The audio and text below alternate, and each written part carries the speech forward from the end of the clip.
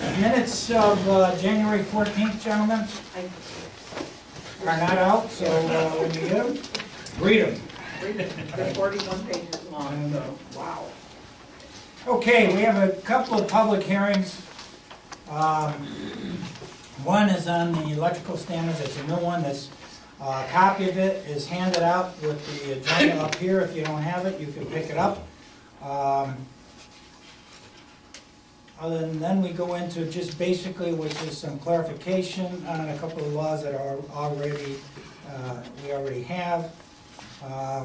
So we'll start with the first one, which is local law introductory A, electrical standards, and I'll have our town attorney, Herb Cully, just go over that real briefly with you, what it is. Yeah, Joe Booth has spent a lot of time trying to update our ordinance, our electrical code with regard to inspections and ensuring that inspections are done by approved contractors, updating some of the fees and charges for services, and adopting standards to be followed. So it's pretty self-explanatory. And if anybody has any comments, Joe, did you want to add anything else with regard to that? No. You summed it up good. All right, if there's anyone that has a comment, just please stand up, give your name. Any comments, for or against? Local law A. This is the first one of the year. How's that? I got that right. Since it's A, it's the first one of the year. Okay, since there's no comments for or against, I'll entertain a motion from the board to close the public hearing at this time. Second. All in favor? Aye. Aye. We'll go to the second one. Do we do these two at Yeah, the the same time? second and third basically are modifications with regard to some numbering and some text changes, not of substantial substance. Okay, public hearing on local law introductory B and C is now open. Comments, for or against? No comments coming forth. I'll entertain a motion to close the public hearing. So moved. Second. Motion by Dave, second by Paul. All in favor? Aye. Aye, unanimous. Gentlemen, do you want to act on these? Yeah. Or do you want to wait?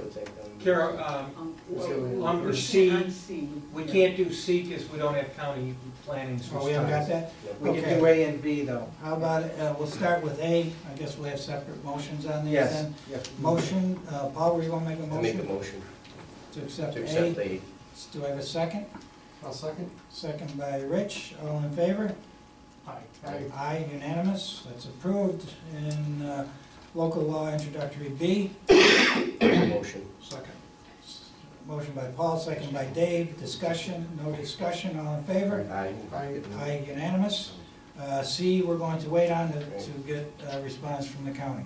Joe, why don't you go home? Please. Yes. Please.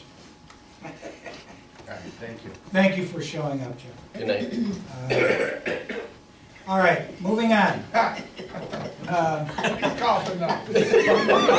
Oh, There's a place, that whole back row is sick, I don't understand. You know, you could all leave if you want. Seriously, we don't have anything there. You want to stay? Yeah, I'll stay. I'm here now. And you don't feel good, and you're just going to sit there.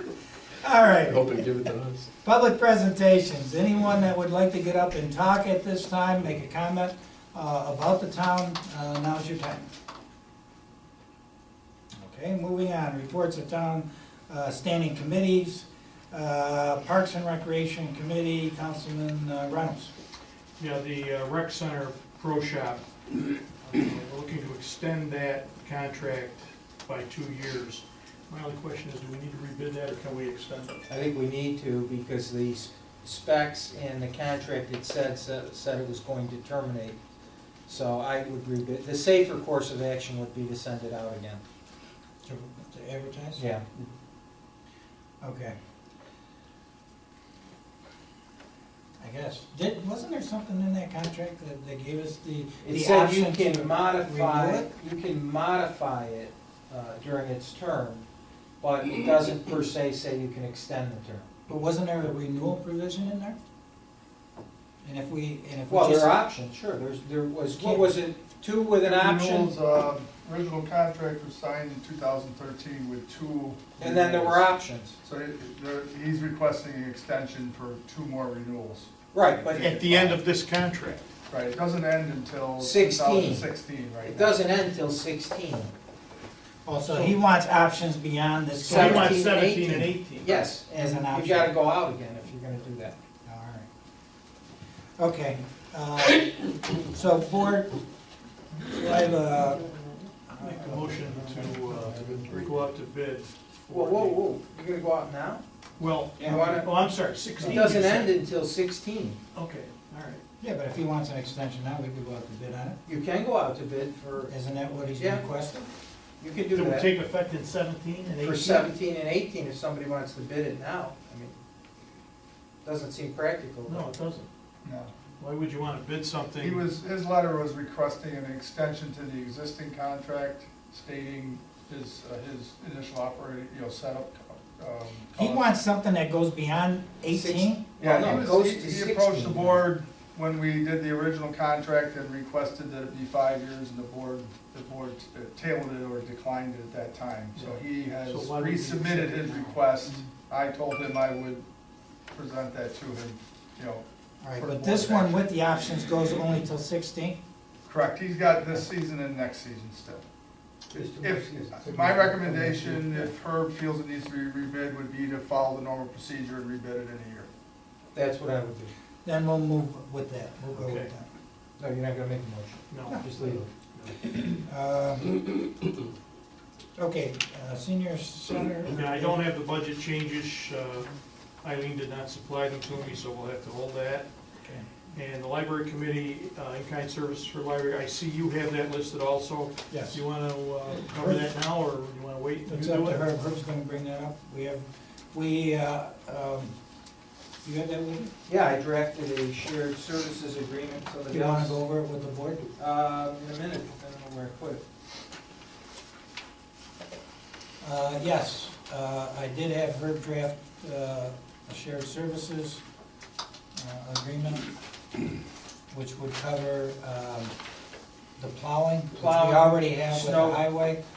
Walks, mowing, And maintenance. yep, and ordinary maintenance. The only other issue was cleaning services, because somebody had mentioned something like, maybe like, that Bernie Green comes in to do Well, some. we talked He's about- from the police department. Yeah, Right. Well, we talked about, because they have somebody come in, actually, I don't think they have anybody doing it now. It's kind of up in the air at this Right, point. Jay? Right. So we were figuring that we could have Burning or someone go in at least once a week or once every 2 weeks at least to vacuum and stuff, because right now it's not being done, and it's tends to get a little on the, Seedy. okay. I was looking for a word, Jay, but you came up with it. So we can include that in the contract. I drafted. We already said maintenance in there, so we could include that under the definition of maintenance. Herb put in there that the library will be held at risk for any, The town, within its sole discretion of the respective department heads, will provide services to the library to assist in its day-to-day operations and reduce its operating expenses to include ordinary maintenance such as snow plowing and removal of snow in the parking lot, driveway, and walkways, lawn mowing and grounds maintenance, and ordinary building maintenance and upkeep within the sole discretion of the town. well, that would include in there. Yeah, and this agreement continues unless terminated by the town or library by resolution. So if it's not working out, it can be terminated at any point. Want to go over the hold harmless? So long as this agreement is in effect, you read this then, Yes. you're reading it now. The library shall name the town as an additional named insured on all insurance policies which it shall maintain, and provide the town with proof of coverage. The library further agrees to indemnify and save the town harmless from any and all claims arising out of the town's performance of the aforesaid services. Okay, That's essentially the same as the plowing agreement. yes. So when will this take effect?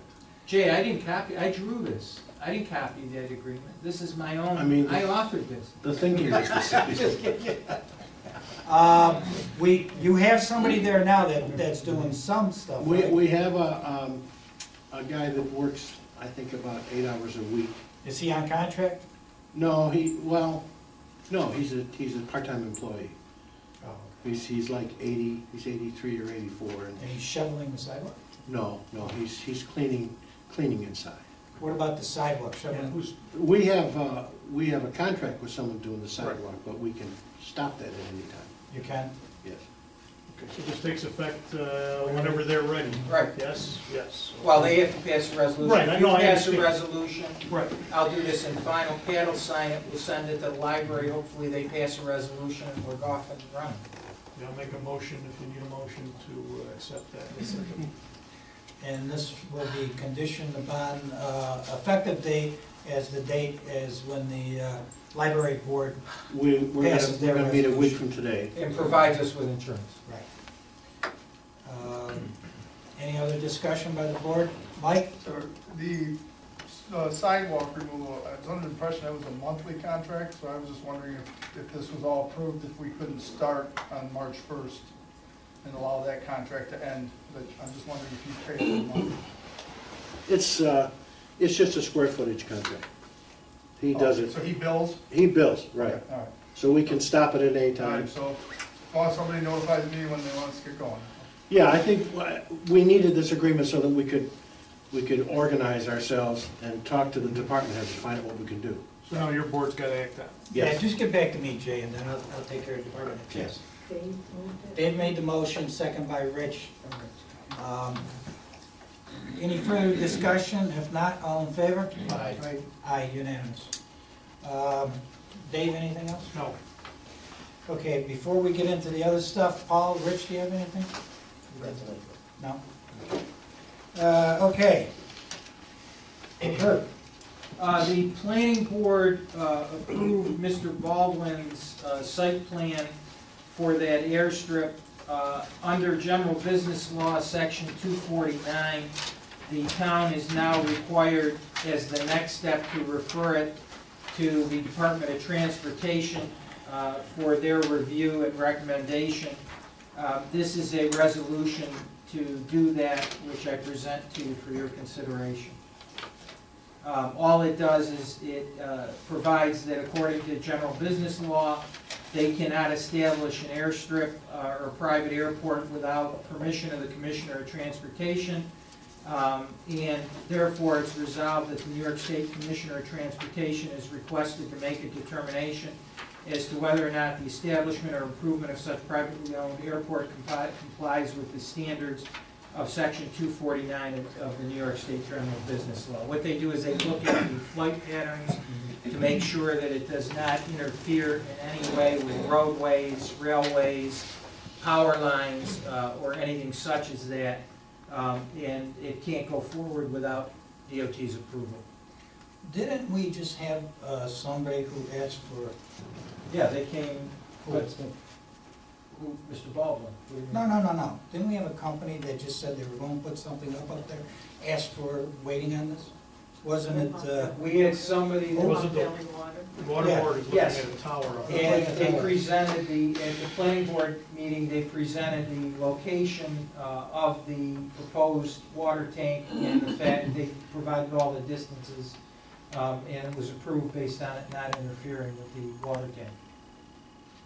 It's a sufficient distance away. Plus the elevations, the elevation of where the airstrip is as compared to the water tank, there was a huge disparity. Does this come back to the board at any point? No.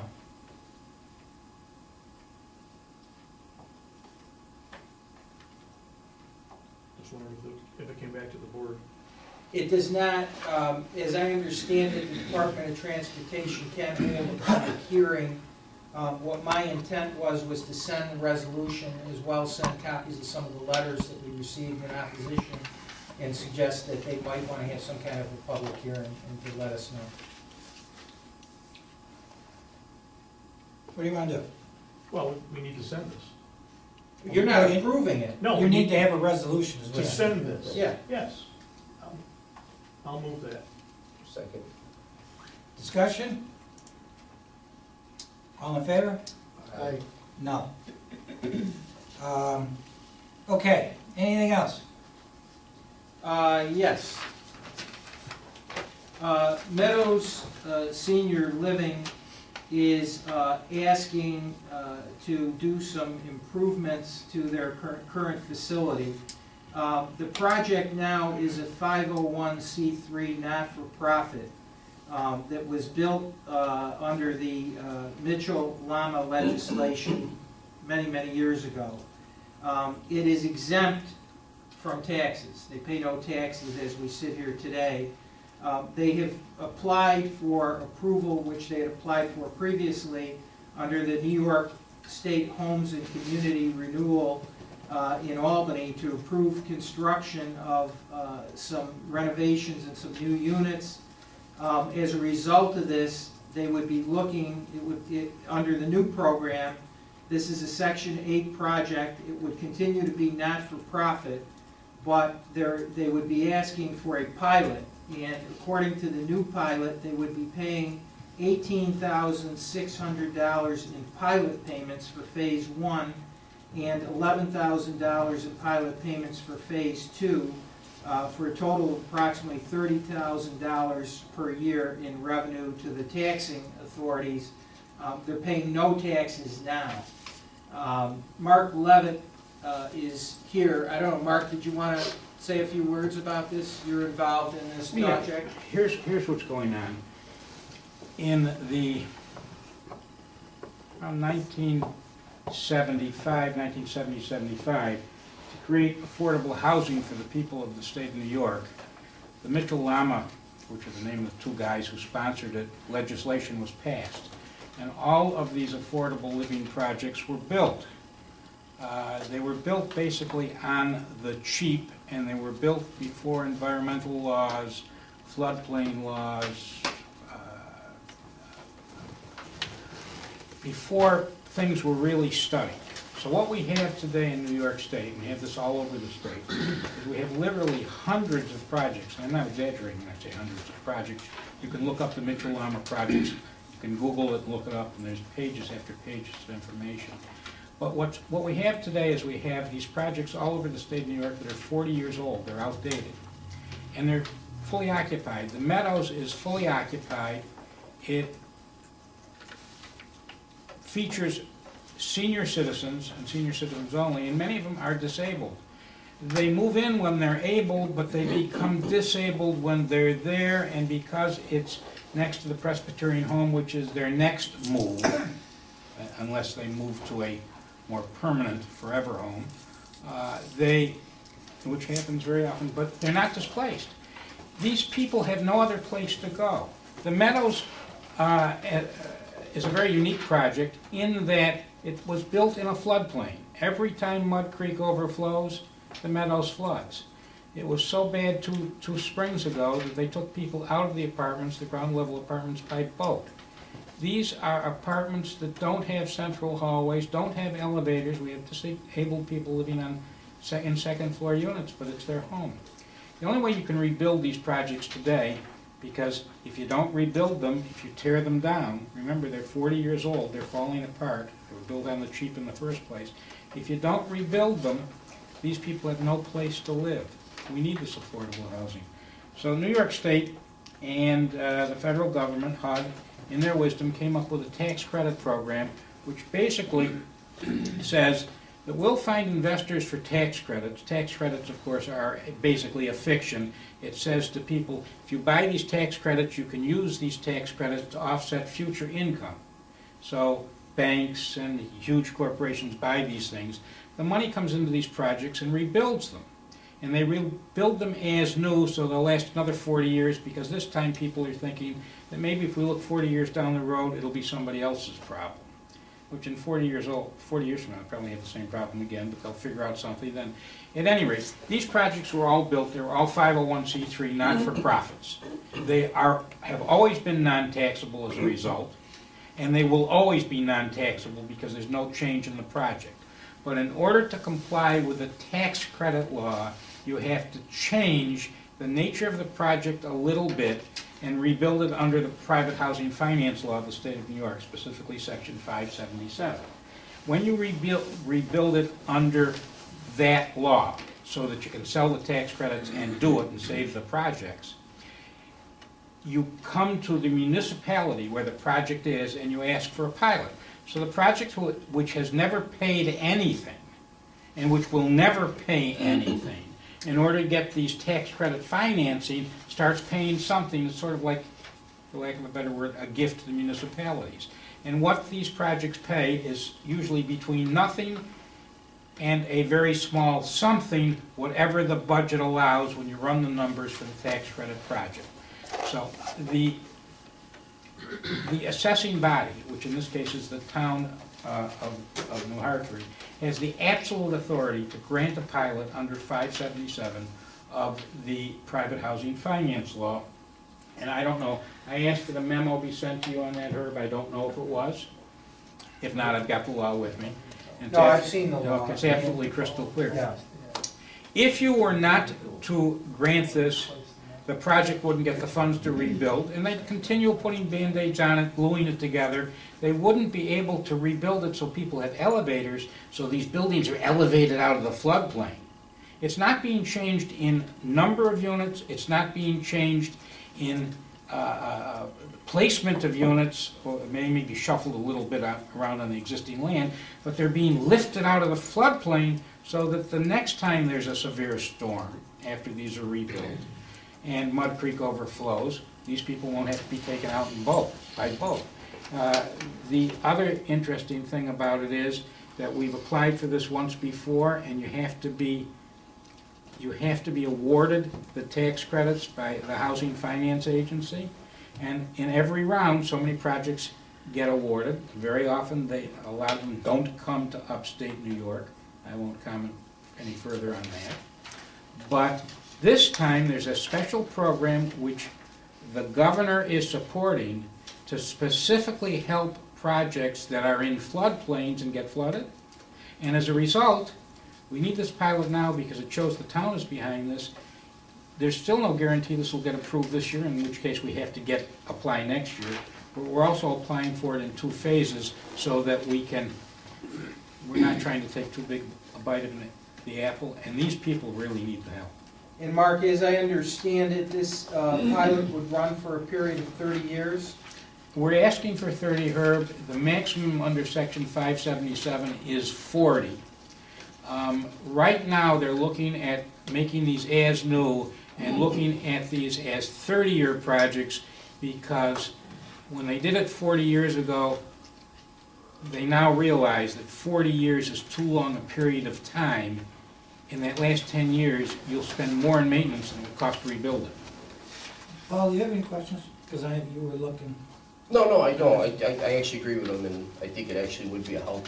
Well, and they're going to pay $18,600. We don't know what they're going to pay. Well, they could pay us nothing. They could. That's possible. But so right now, in the budget for phase 1 is 18.6, and in the budget for phase 2, when we originally sat down and talked about this. But this is not like a pilot where we send the bill out. You're going to put in your budget what you're going to pay us. Yes, and it's and it could be 0. Right, but it's a formula that comes through HFA, and you will get something. You'll pay something every And place. is that price constant for 30 years? It's based on the formula, but it's pretty much constant because. But it can change from year to year. It can change, but it shouldn't change by much. If anything, it should go up. But there is no downside to us. No, I mean, you know, the worst that could happen is you get nothing, which is what we got now. But the people would get help. But you're getting upgraded. Very Facilities soon. getting upgraded. Yeah. What happens at the end of the 30 years? And they go through it again. Okay. Well, you go through it again. My experience is that at the end of the 30 years on the old projects, in some cases, we go back for a 10-year extension. Or we've done some sort of hybrid, like rehabs. It isn't a complete tax credit deal. And what we do is we say, we've got, let's say you have 12 years left on your original pilot. You'll say, take our original pilot, amend it, and give us another 18, so we got a total of 30. But it's a per project application. It's whatever works within the budget. Board, do you have any more questions? It's my understanding they're going to build a new building and then vacate a building and take that down. It's fascinating how this works. You cannot displace anybody. Right, so you've You got to. cannot throw anybody out. They're all entitled to an apartment over Right. there, even if they're disabled and wouldn't qualify coming back in. And you have to find housing for them.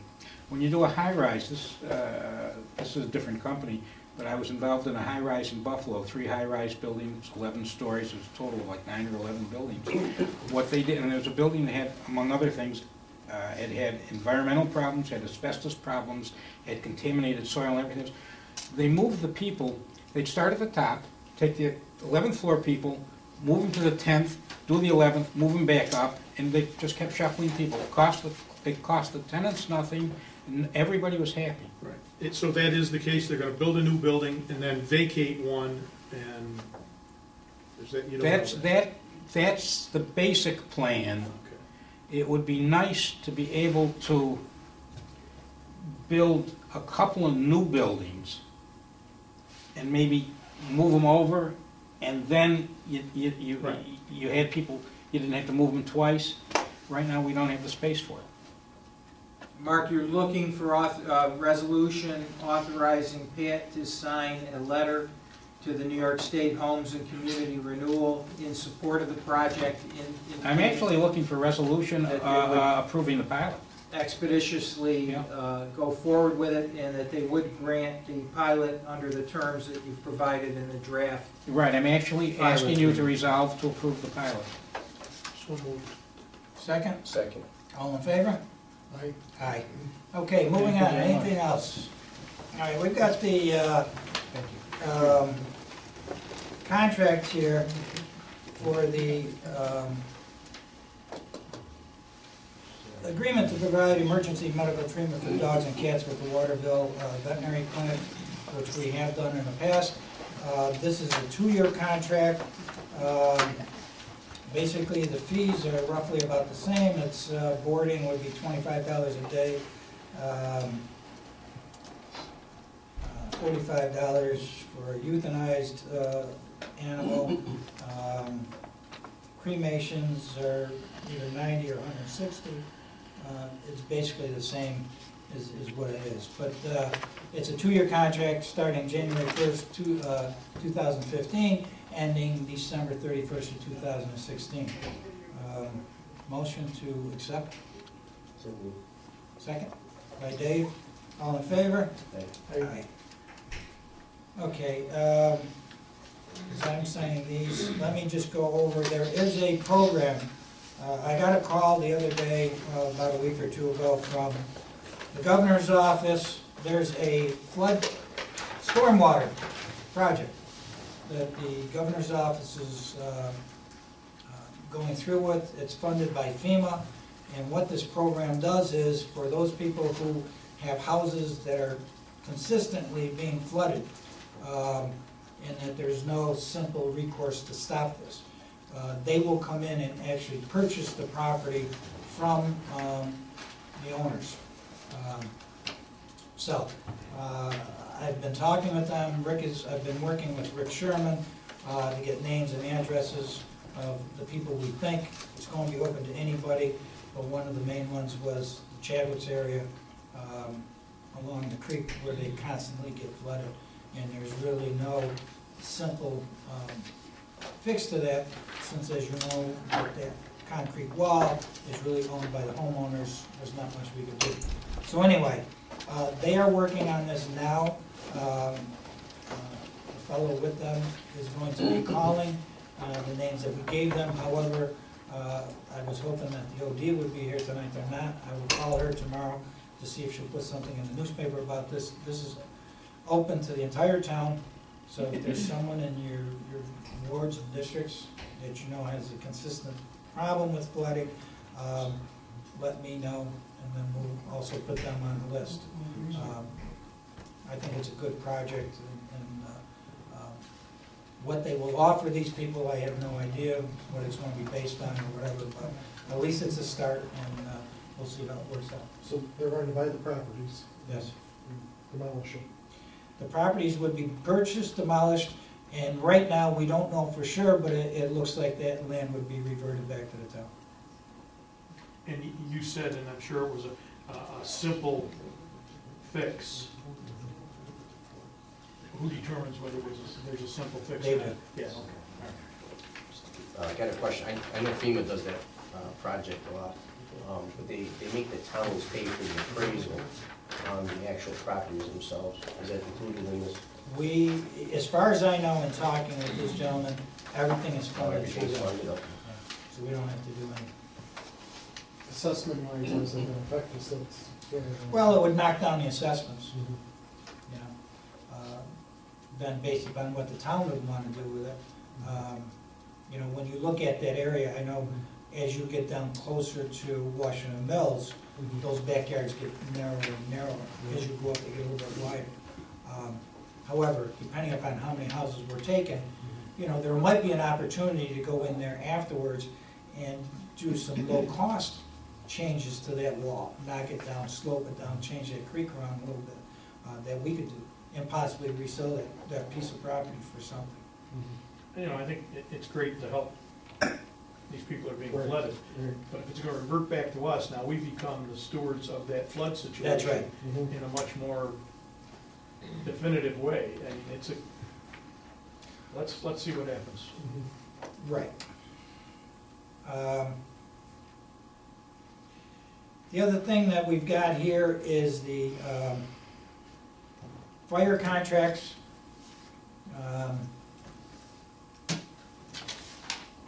And we've got the Village of New Hartford District.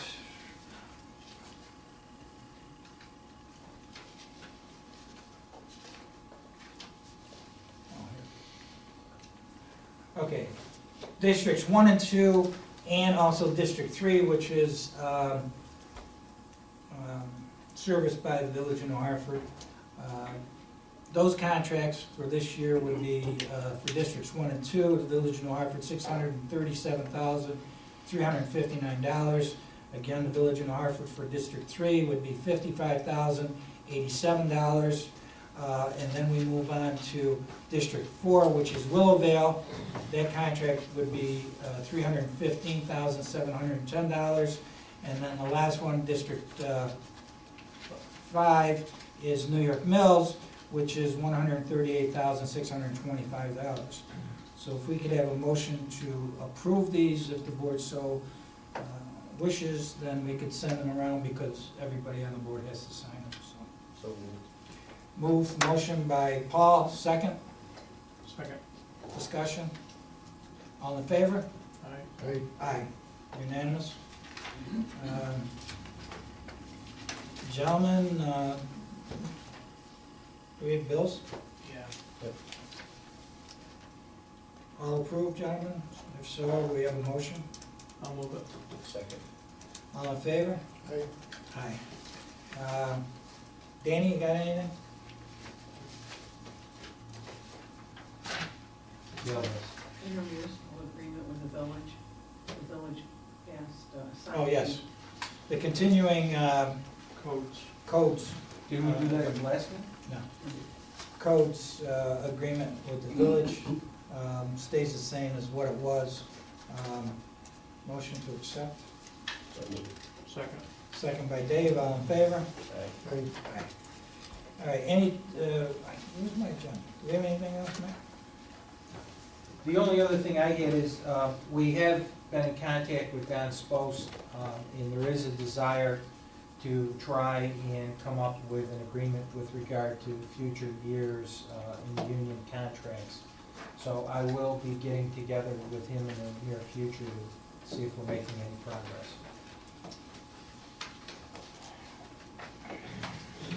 Anything else, gentlemen, before we, we've got to sign these, so if there's anything more you want to bring up?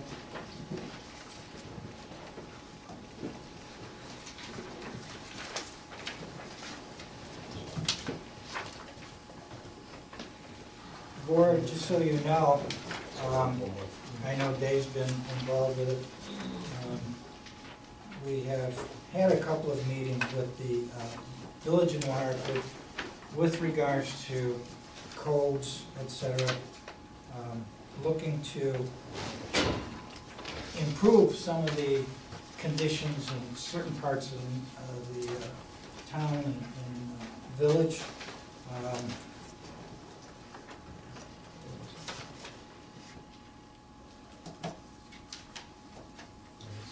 And as we move further on that, we will keep you informed on how that proceeds. Matt, you have something? Huh? Well, while we mention, these guys are signing all these. We're scheduled in the loop now to install our phone system. We have a meeting with Northland Communications rather, on the 20th. That'll affect all of the department managers as Northland would like to tour all the departments and get down their final coding for their programming of the system. The first cutover is scheduled for either the Monday or Tuesday, March 16 or 17. And that would be for Butler Hall, the Rec Center, and the Senior Center. And then we'll be jumping off from there. But I will be contacting everybody probably, hopefully this week, if not by Monday, to schedule some time for the 20th, which is a week from Friday. So we're finally getting ready to close out the project.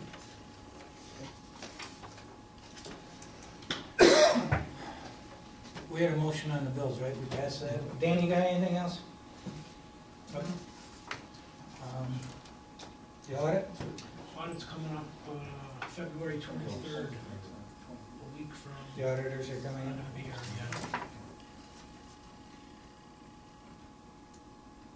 yeah. Yeah? Paul? That's it? You guys want a hockey game? Or a hockey game time? All right, if there's nothing else, motion for adjournment? Make the motion. All in favor? Second? Yep. Second. All in favor? Aye, unanimous, thank you.